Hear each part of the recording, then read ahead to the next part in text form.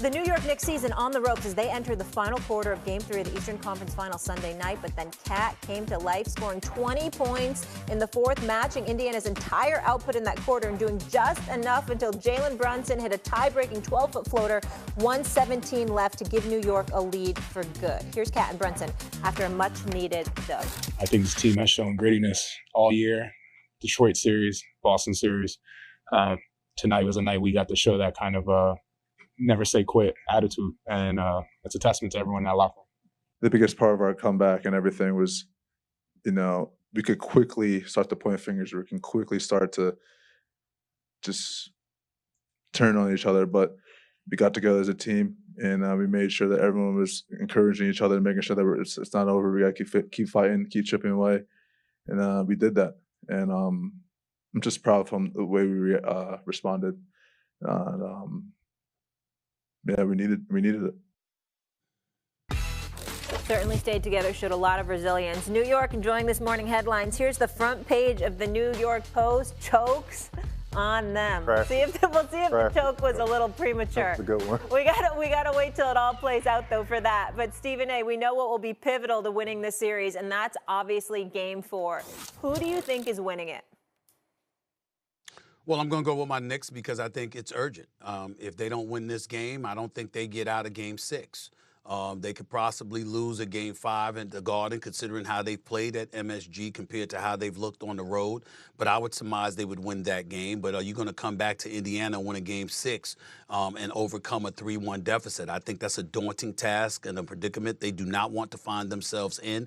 I don't think they have enough depth or offensive firepower to put themselves in that kind of precarious position, and they're going to be able to overcome that. So I'm going to say that they'll win Game 4 because of the urgency of the moment. But I caution everybody to understand this. The Indiana Pacers have looked suspect throughout these playoffs in one game. That's Game 3s. Every other game, they've looked very formidable. And I think that when you're on your home court up against the Knicks and you know that you positioned yourself to have a 20-point lead on the road against the New York Knicks in Game 3 before you blew it, I think it's one of those situations where Rick Carlisle, I think he's going to look at things that he could have done better, and I think he's going to make the necessary adjustments because he's a Hall of Fame caliber coach. And I think some of the mistakes that you saw Indiana making yesterday, I don't think that's going to be the case in Game 4. On their home turf, they're going to come ready.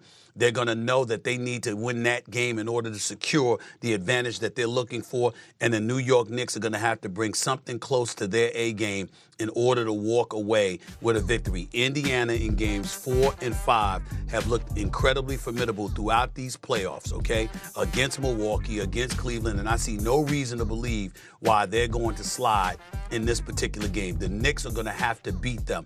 I don't think Indiana's going to beat themselves. Okay, so Stephen A. going with the Knicks to win Game 4 in Indy. Keith, where are you on this? I'm staying with Indiana. This series has been a wild one. If you look at Game 1 and Game 3, the team that started fast was the team that lost. Mm-hmm. So now if I'm looking at that dynamic, I don't want to start fast. Let's just be steady throughout the game. If I'm Indiana, I know we play fast. I know we play 10 guys, but we have to be steady and learn how to close games. If I'm the Knicks, which like I said, I'm taking Indiana, but if I'm the Knicks, I'm going to Cat all game. This is going to be an imprint of Cat and Jalen Brunson. This entire game will be an imprint of Cat and Jalen Brunson, and I do have Indiana winning this game. Right. I still got the Knicks, and I'm kind of happy you said that, right? Because if you look at the numbers, and I'm not a number guy, but 6-1 on the road is impressive. It's impressive. So that says to me that they're not rattled by being in Indiana, right? And Jalen Brunson only played 30 minutes, Cat only played 33 minutes. So that actually they got a little bit more rest than what they normally would get because they are 40-minute guys under Tibbs, right? The question is, does Tibbs trust his bench again? Will he be able to get his bench to play like they played last?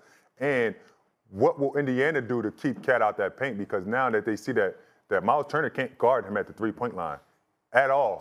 He was getting down the paint like he was a guard, right? He was getting to the paint and he was creating a three like he was a guard. I want to see the adjustment on that, but I got to go with the numbers. I like the Knicks being 6-1 on the road and winning games. I think that they can take this game. S.A.? Oh, yeah. I mean, I'm of that mindset. I mean, don't get me wrong. Let's understand that Cat's got to play well. Brunson can't be in foul trouble. You can't beat Indiana replicating what transpired in Game 3. Brunson being on the bench when it counts because he's in foul trouble. Karl Anthony Towns plagued by some foul trouble as well. You got your Shaman coming off the bench, Wright coming off the bench, Miles McBride, even though, again, he has the best plus-minus of anybody with the New York Knicks. Mikal Bridges has the worst. We get that. I think it's going to take a concerted collective effort. OG Anunoby's going to have to hit open shots. Mikal Bridges is going to have to hit some of those key shots, mid-range primarily. Stop launching those threes. That ain't been really working for you, even though you've hit a couple. And I think that, they've got to stay out of foul trouble. And it's going to have to be a situation for Game 4 when Brunson's going to have to play a majority of the fourth quarter. Yeah, that's what I wanted to ask you. It sounds like you're going Brunson. But if the Knicks are to come back, do you feel like it's more dependent on Cat or Brunson, S.A.? Brunson. Because I think they'll look for him to close. I don't think that you're going to see Karl Anthony Towns drop another 20 in the fourth quarter again. I think he'll get his points, but I think it'll be spread out throughout the game. He's not going to explode like that. I think you're going to need Brunson in the game for a chunk of the fourth quarter in order to pull off a victory in Game 4. I think that under any other circumstance, I can't see it happening. You going Brunson or Bodega Cat? I'm going to Big Bodega. Brunson is going to be Brunson. He has been Brunson the entire playoffs. You don't have to guess at what he's going to do. 23 points. He only played 30 minutes last night. He was in foul trouble. He was 10 for 10 from the free throw line, and he closed the game with a big bucket at the end. But if you don't get that dominated game from Cat, they don't have a chance to win this series or win that game. So I'm going to stick with the Big Bodega. Let's do it, Cat, man. Root for you, brother. I'm not even going to say Cat or Jalen Brunson. I think Cat dominates them and dominates the Pacers. History, right? In history, it says it, right? Jalen Brunson has been killing the playoffs. I think it's Tibbs. I want to see his adjustments. I want to see what does Tibbs go to after this one. Seeing the things that work for you after being down 20 and getting some things to work and getting some guys that come in. What's the adjustment? Do he play the bench guys? Well, Marcus.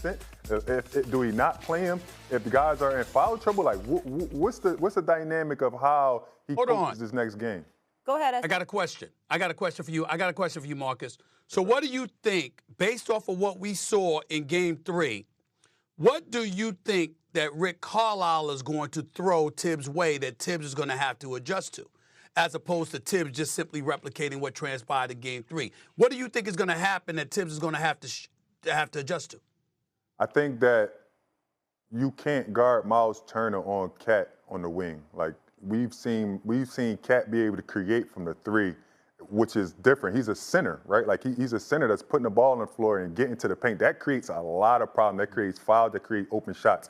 If I'm him, I put Siakam on Cat. Now them driver lanes is done. I put the big fella Miles Turner on Josh Hart, and we make Josh Hart make shots, right? Every time Cat is at the rim, Miles Turner come and we shots. And that's the part where I think that you have to do that. You have to make sure that Cat is not dominating from the three-point line. They don't post him that much, so it's not like he's killing on the block. But where he's doing his damage is from the three-point line on in. So I will put a smaller guy on him. You can't shoot no trail threes. Pick up. Every time he comes over half, we right here. Siakam has